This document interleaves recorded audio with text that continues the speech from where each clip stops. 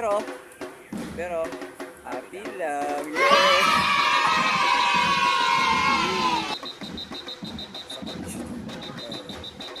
Palaki na tubig ngayon. Lalo bukas Merkules. Palaki tubig sa Bagyo. Pogi? Sige na. Alright guys, nandito kami, nakatambay kami sa BGC kasi baha ngayon at konti lang pasera. Video syempre, nakita ko yung kaibigan ko. Ito. Dito kami, binabaha pala, kaya wala kaming biyahe ng kaibigan ko. Happy man. On the day, oy.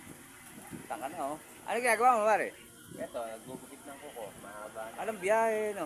Sa mga nasa emergency dyan, yung mga may emergency, sakay lang po kayo. Ito na sa sarap. Anong pilaan?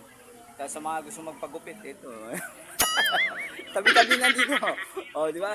Tapos doon ko lang Eddie Boy sa gawin na yun eh. Tabay, wala kang magawa ngayon eh. Tumal. No? Pero, happy lang. Yeah! Sa mga oras na to, nadaan nga ako sa City of Baguio, Bagong Bayan, Bulacan. Ngayong oras na to is, ito, ayan, mga 10 a.m. Lumalaki na yung tubig.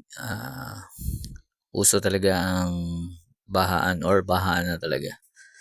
Kinunan ko ng video to, ng clip para maging aware kayo. Kasi pag nalusong yung mga motor natin, yung gulong or bike, madali itong mabulok yung mga rim, kadena, and yung sidecar natin.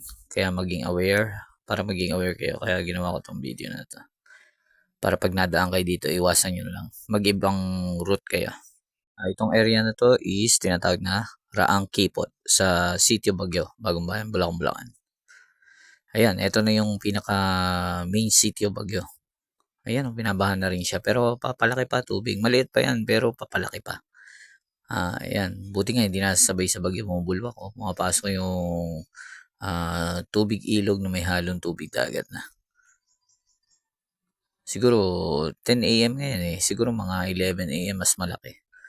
Kaya ingat po kayo. Ingat na rin po sa paglusong. Lalo na kung may sugat kayo. Nabiyahe ko ng City of Baguio. Nakita ko yung mga tropa ko na to. Ayan, nag-aaral mag-welding. Parang saan yan eh. Medyo may kaalaman na rin. Ayan, nakita ko sila dito. Ayan, kaya nakitambay muna ako. Ginawa nila yung bubong nila. Yung bubong pala ng sidecar niya sa motor niya. Yan ang ginawa nila. Ito yung pinaka-head nila. Ayan. Si Alan. Yun, magaling na rin mag-welding to. Kung saan na rin napupunta yan. Ano guys, hanggang dito lang. Please like, follow, and share. Thank you. Nabutan ko tong kaibigan ko, nagwe-welding yun eh. Tangina, napakalupit oh. Oh. Papakalaan sila ng welding. Oy, boss, saan siya na raw? Nagtatamli na nagwe-welding. Napakalupit eh. Sunog yung kamay ni Alan.